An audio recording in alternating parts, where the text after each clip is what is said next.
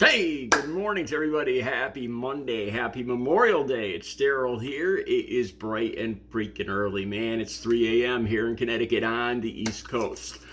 Okay, this is going to be a little interesting, a little different kind of video. First, I'm going to talk about politics, about a political situation that I just loved.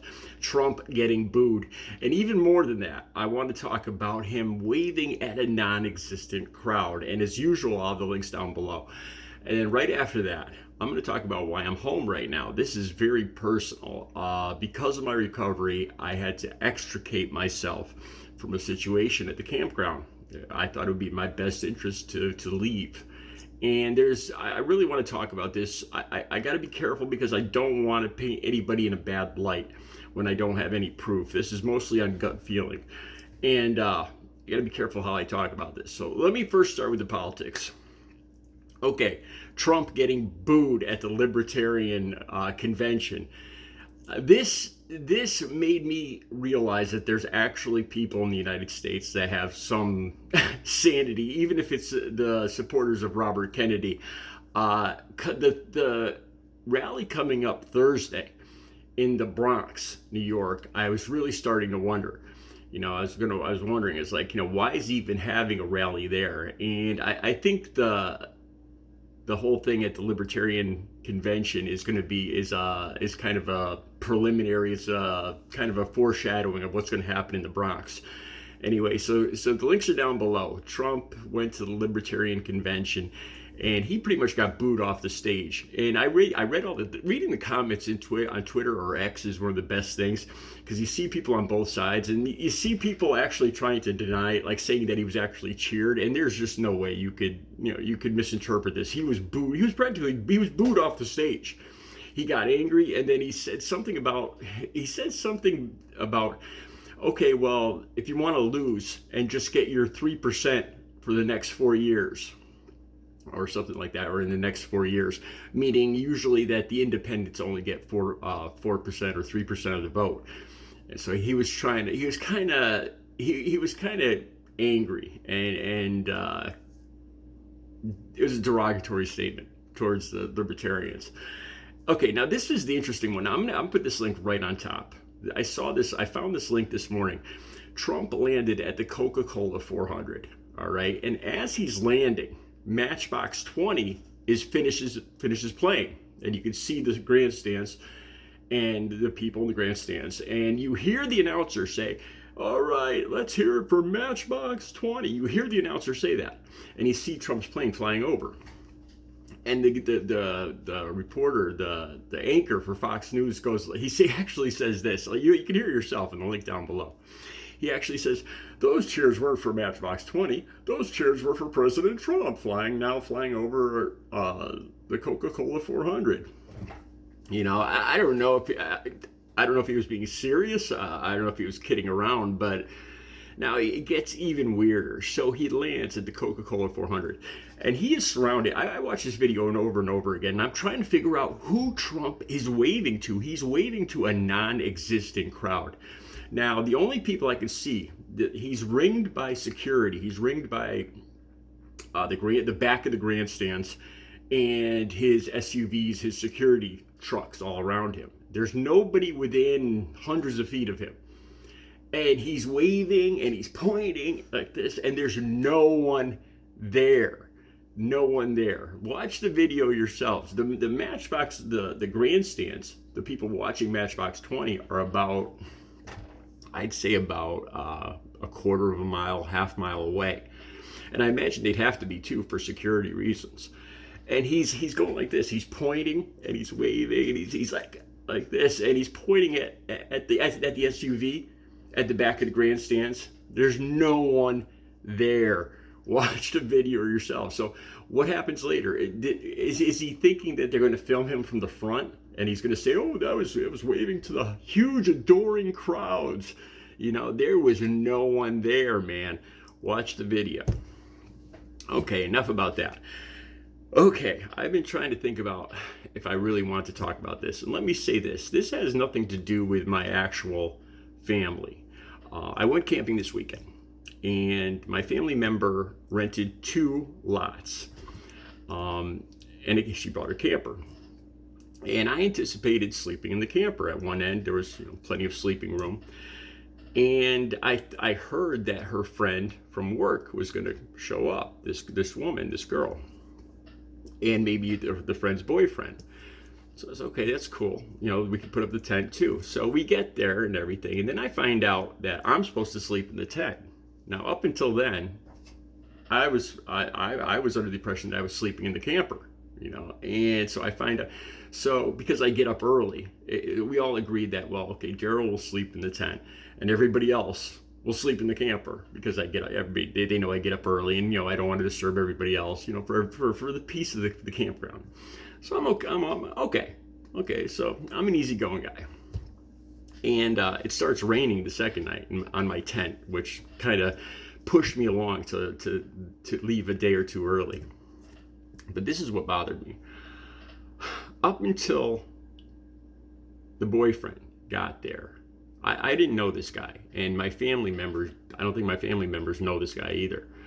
The friend, he's the boyfriend of the work friend. Okay. And on the second night, I go fall asleep early in my tent. And maybe it was my fault for putting the tent where it was, but it was right next to the fire pit. I put the tent there first, and then the fire pit was right next to it. And I didn't think they would actually all sit around the fire pit drinking all night while I was trying to sleep, but that's what happened. They were literally 5 feet from my head, laughing and screaming and singing and drinking. And that wasn't too bad. I put my headphones on. I watched news articles, thinking about what I was going to do, YouTube videos, so getting pushed out into the tent, when I initially thought I was going to sleep inside the camper. Okay. Then the second thing, being kept awake until like 12, till 1 in the morning with people a couple feet from my head screaming and yelling and drinking. Okay, I could deal with that. But this is where it got weird. It was about 12 or 1 o'clock when everybody quieted down. And I was waiting till everybody quieted down before I went to the bathroom, because I just don't want to deal with drunk people. I've been clean and sober for 17 and a half years, since October 23rd of 2006. And once you get clean and sober, you realize how stupid and annoying drunk people are. I mean, they think they're suave and funny and all this, but they just repeat themselves and they ask stupid questions and they're just annoying. So I waited until everybody went to sleep before I had to go to the bathroom. So I got up, it was about 12:30 or 1, and it got quiet outside my tent at the fire pit. So I got up to go to the bathroom. And as I walked to the bathroom, I think my sister and her work friend were in the camper. And the boyfriend and another guy were somewhere else. And as I walked to the bathroom, there's a big handicap bathroom that locks, and it's a large locking one-person bathroom. Very large, like 10 by 15. And as I'm walking by the door, I hear 2 male voices inside the bathroom. Now, the only time I ever remember, now I use, these, all these instances reminded me of when I used to use. When this boyfriend first showed up that afternoon, he was boisterous. He was, he had never met any of us. And he's like, "What are we doing tomorrow?" And he's all outgoing. And he reminded me of myself back when I used to use. I used to think being an introvert wasn't a good thing. I had to be an extrovert. I had to be outgoing. I had to be the life of the party. And that's why I started using cocaine. And that's exactly what this guy sounded like. I didn't say anything. This is the first time I've actually said any of this out loud. And it reminded me of me when he first showed up. He was nonstop talking. He was talking about his, things, his family, and how he disciplined his kid, and all this stuff, just running at the mouth with people he never met before. So right off the bat, I really don't like this guy, to be honest. I don't feel comfortable around him. I don't want to hear, the running mouth. And it reminds me of when I used to use, So then, like I said, I'm going to the bathroom and I hear male voices in the bathroom. Now, I don't know for sure who that was. I don't know if it was anybody from the campground from my campsite or not. So I go back to bed, and it's about 1 o'clock, and I hear coughing, like somebody walking around. So I figure, well, maybe somebody's just having a cigarette, before they go into the camper, like the boyfriend. I wake back up at 2:30, and I hear coughing still outside. I hear somebody creeping around the campsite right outside my tent, between my tent and the camper. And then I hear a door open and somebody go in one of our cars. So I get fed up. I take my earphones off. I stomp out there. I'm looking around, but I think the person was, I think it was the boyfriend in a car. And again, I'm thinking, this guy's been drinking all night. Now I could be wrong here, and I apologize if I'm wrong, and I apologize if he watches this video and there's a reason for all this, but this is my gut feeling. And it reminds me once again, back when I was using. He had been drinking all night, and he wasn't going to sleep. And it was just him wandering around in the dark while everybody else was in the camper asleep or trying to sleep. So he was just wandering around in the dark at 2, 3 o'clock in the morning. And for the rest of until I got up at 5 a.m., it started to get light. He was just creeping around in the dark, walking, I could hear him right outside my tent, coughing and opening up doors to the cars in the dark by himself, drinking all night long. Everybody else goes to bed, and he's walking around the campsite. This reminds me of when I used to use. Now, if I'm wrong, I could be wrong. Maybe he has insomnia. Maybe it's just his personality that he was outgoing, and maybe he was just nervous and talking too much when he first got there. There could be reasons for this, but it reminds me of who I was back when I used to use. And honestly, creeping around the campground at night, that was the last straw. I was like, I can't, when I get up early in the morning, I honestly do this to make the YouTube video. I do it to get a head start on my workout. But one of the main reasons I do it for is because I enjoy the solitude. I enjoy this time to myself, like here in my apartment or when I go for a walk around town at 6 a.m. I like this time to think, to get situated in my day without other people, and then when people get up, I'm ready to go. I'm ready for people. This has become one of the tools I use for being introverted, this little time in the morning. And I couldn't have that, after with this guy creeping around the campground. Let me say this too. So I get up at 5 a.m. and he's just standing out there, and it's starting to sprinkle. Now it's starting to rain, and I'm in the tent. So all these things combined, I'm like, well, that's it. I'm packing up this morning and I'm going home early, because there's no way I'm going to deal with this again tomorrow morning. This guy creeping around the campground all night, me not being able to have my peace in the morning, the rain and all this. I'm like, so I decided to I packed it up. I apologized to my family member, because it really had nothing to do with her.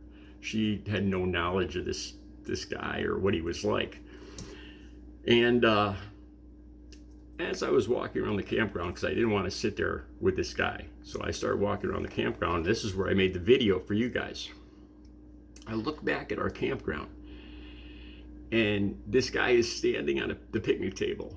It's just getting light up, and he's all by himself, and he's standing on the picnic table looking around the entire campground. Like, it reminded me of like when I used to use when I was paranoid, and I thought people were at the door or people were at the window. That's what it reminded me of. So again, I could be wrong. But I don't know this guy. And all these things led me to it reminded me of who I used to be.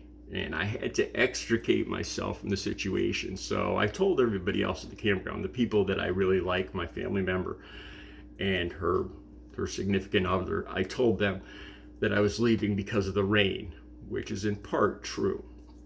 I didn't want to get into it because I could be wrong. I could be, he could have had insomnia. But I had to leave. I had to extricate myself from this situation. And I talk about this because a lot of times I've had people ask me before, I've told people, in order to get clean and sober, you have to stay away from people. You have to completely cut ties with people that use. And I've had people ask me, well, what happens when they're family members or friends of family members? What do you do then? And I didn't know what to say. And this has not, like I said, this isn't my family member, but it's a friend of a friend of my family member. And I think you have to do the same thing. You have to extricate yourself from the situation. The situation to me just wasn't healthy. And if I stayed in it, more than likely, I was probably going to snap. I was probably going to get angry, and I didn't want that either. I think after 17 and a half years, I'm in a solid place now, and I wouldn't even consider using or drinking or anything like that, but I would probably get angry and things would get ugly. So I decided to leave early, and that's why I'm here. Like I said, I could be wrong, but this guy just reminded me an awful lot of who I used to be. It is what it is. And, and if you want to be clean and sober, if you want to stay clean and sober, if you want your recovery to work, you have to do what's right for you, regardless of, how it might affect, how it might hurt other people or whatever. You have to put yourself first. Without your recovery, you have nothing. You have to put your recovery first. And that's what I did. And I came home, and here I am. And I'm kind of happy. I'm here. I'm kind of getting a head start on the week ahead because I got a busy month coming up. I'm buying a new car, all sorts of stuff going on. I'm getting dental work done, so it's going to be a very busy week, and I'm glad I got the head start today. All right, like I said, the links to Trump are right down below. You guys, recovery is possible. Have a good Monday. Have a good Memorial Day.